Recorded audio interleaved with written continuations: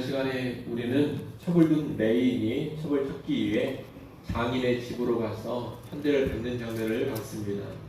장인의 간곡한 요청으로 다섯째 날까지 머무른 레인은 결국 다섯째 날 오후 늦게 길을 떠납니다. 종과 함께 첩을 데리고 길을 떠난 레인이 여부스라는 성읍 맞은편에 이르렀을 때 해가 지려고 합니다. 이 여부스는 곧 예루살렘인데 사사시대에는 여부스가 이방인의 성읍이었습니다.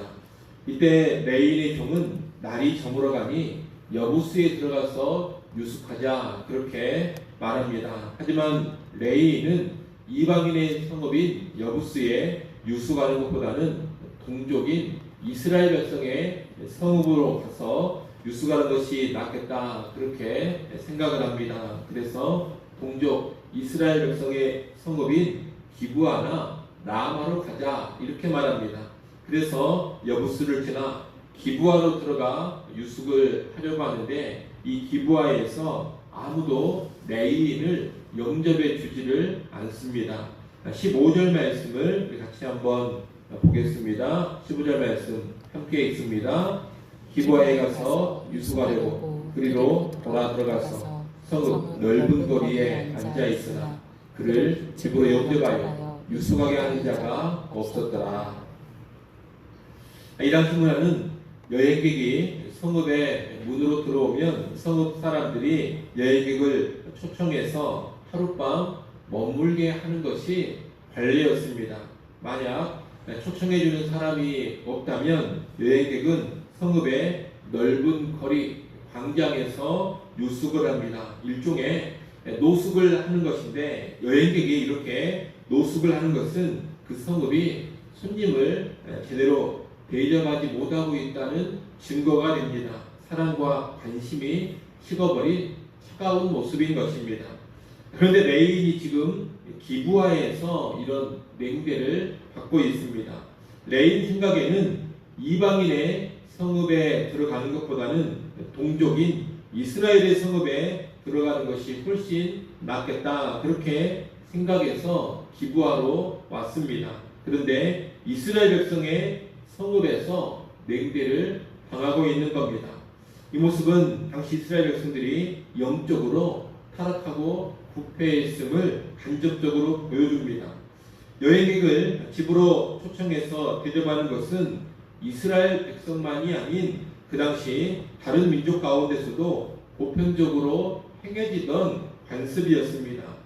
그러니 진정한 하나님의 백성이라면 더더욱 이 여행객을 집으로 초청해서 하룻밤 머물게 해줘야 합니다.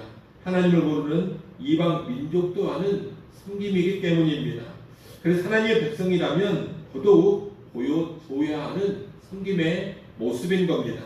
하지만 하나님의 백성이라는 이스라엘 사람의 성읍에서 단 한 사람도 이 레인을 영접하지 않고 있습니다. 아주 냉랭하고 삭막한 모습입니다. 이것은 이웃을 내 몸같이 사랑하라는 율법의 수준은 고사하고 그 시대 세상 사람들의 일반적인 기준조차 미치지 못하는 모습입니다.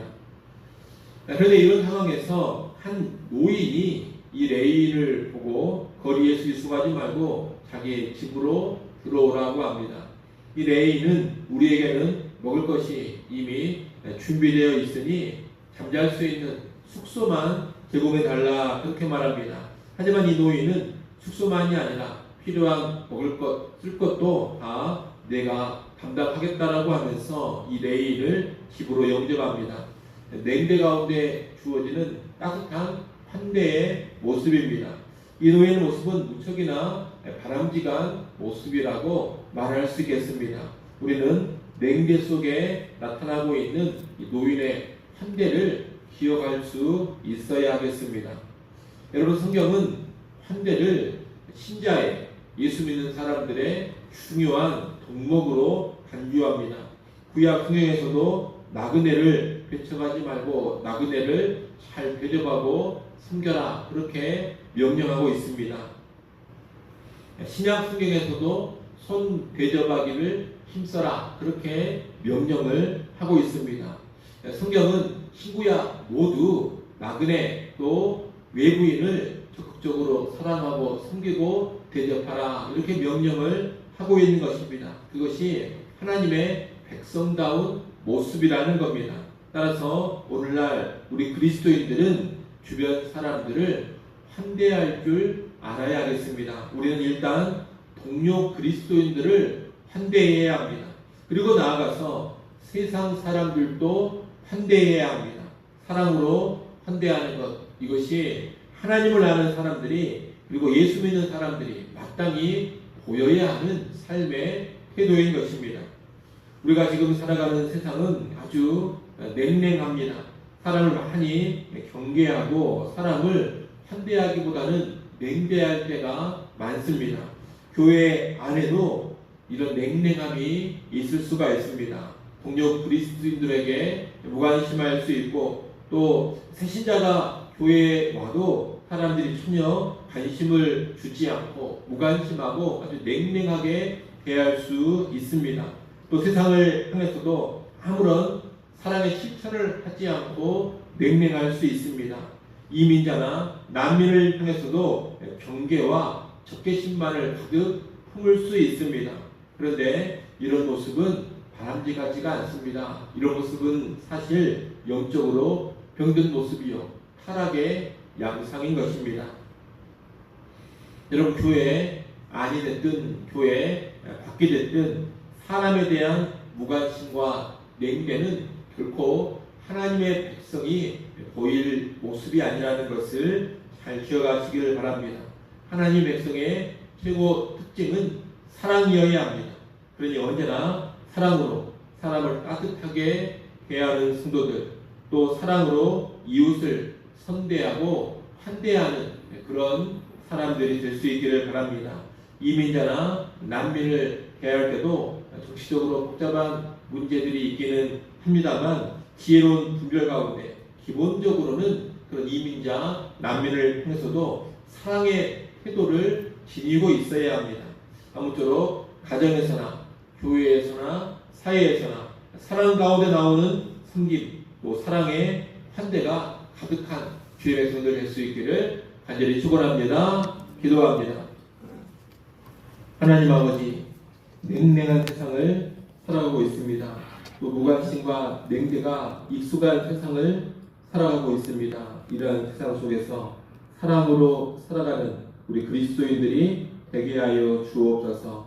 사랑으로 이웃을 환대하게 하여 주옵소서. 사랑으로 교회의 성도들을 환대케 하여 주옵소서. 참으로 신자 최고의 특징이 사랑이어야 함을 깨닫게 하시고 그 사랑이 환대의 모습으로 아름답게 나타나게 하여 주옵소서. 오늘도 귀한 주일을 우리에게 허락하셔서 감사합니다.